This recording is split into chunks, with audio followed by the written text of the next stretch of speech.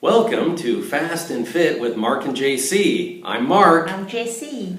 And we are here to talk to you today about long-term fasting. The last video we talked about long-term fasting, but we talked a little bit about our past experience. Today we are in the preparation period for long-term fasting, and we did that in 3 days.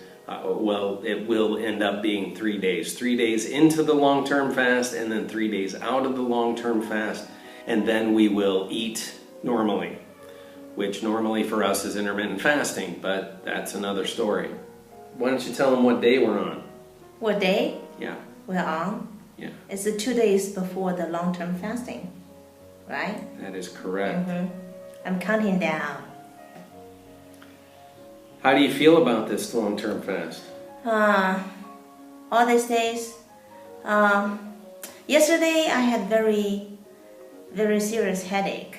So I think first I didn't drink enough water because I was busy. And Mark just told me that because we didn't drink coffee all these days. I didn't even notice we didn't drink coffee, but that could be a very important reason also. That may cause you headache.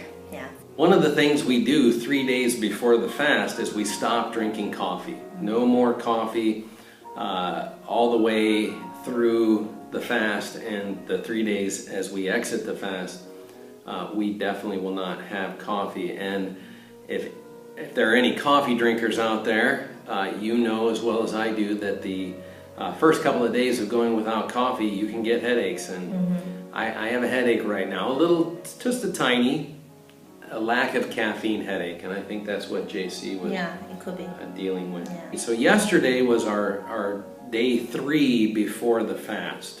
We can talk a little bit about the things that we can have and can't have 3 days before the fast and 3 days after the fast. And the first couple that I would like to talk about is Rejuvelac and wheatgrass juice. And Rejuvelac is made by fermenting the wheat berries, and wheatgrass juice is made from sprouting and growing into a grass, the wheat berries, and then you take that grass and you juice it. And what do you think about Rejuvelac and wheatgrass juice? Rejuvelac, at first I feel it's a little bit stinky. We put in the fridge, right? So it's more like a cold drink. It's very good for summer, you know. Then you just drink it like, it's not like water because it's more tasty. And I know it's good for me. So actually it's a very good, healthy drink for everybody. I like it. As the wheat berries sprout and then ferment in water, they develop a yeasty smell.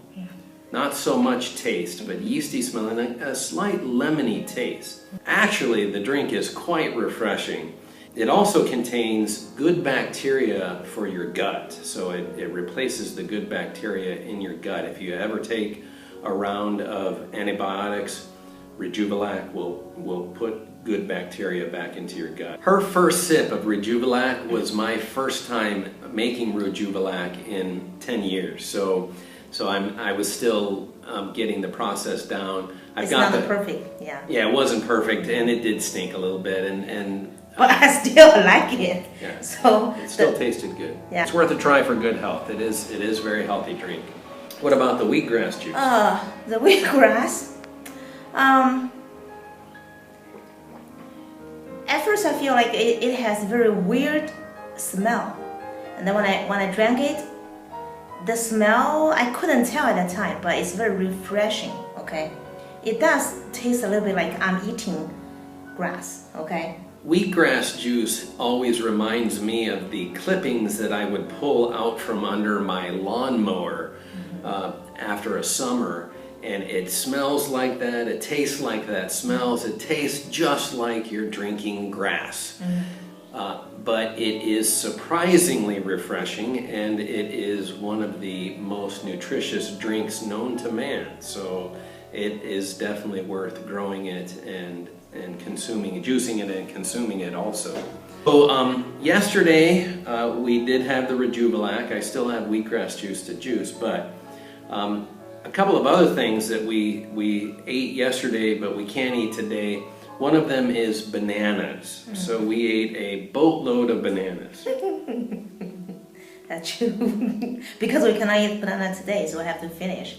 And we both love bananas, so we don't mind to eat a little bit more yesterday.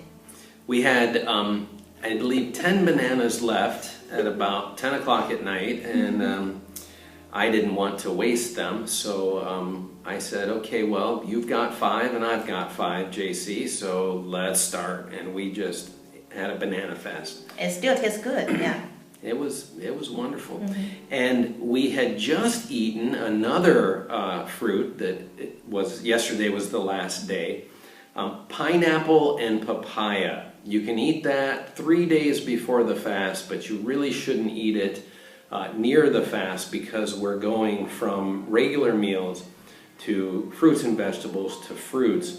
And papaya and pineapple have bromolamine, which helps to break down protein. So if you eat a steak and you want that to break down real fast in your system and kind of go through you pretty quickly and not putrefy in your intestines, pineapple is the thing to help break that down. It breaks down protein. So we had pineapple yesterday for first time in a long time. Yeah, actually. yeah. I think we don't eat pineapple right before the fasting or right after the fasting because it's very harsh to your colon, right?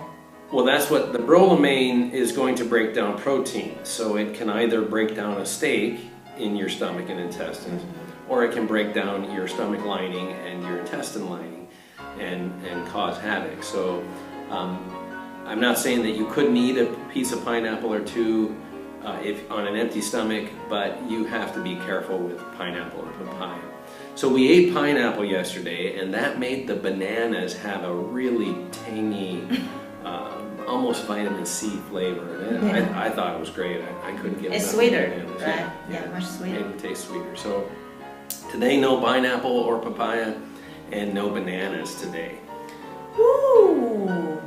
Well, we just passed by that fruit market. The first thing I saw, was bananas. But no, we cannot eat bananas today. Yeah. It's a little disappointing. We like our bananas, unless they constipate us, and then we don't like them that much.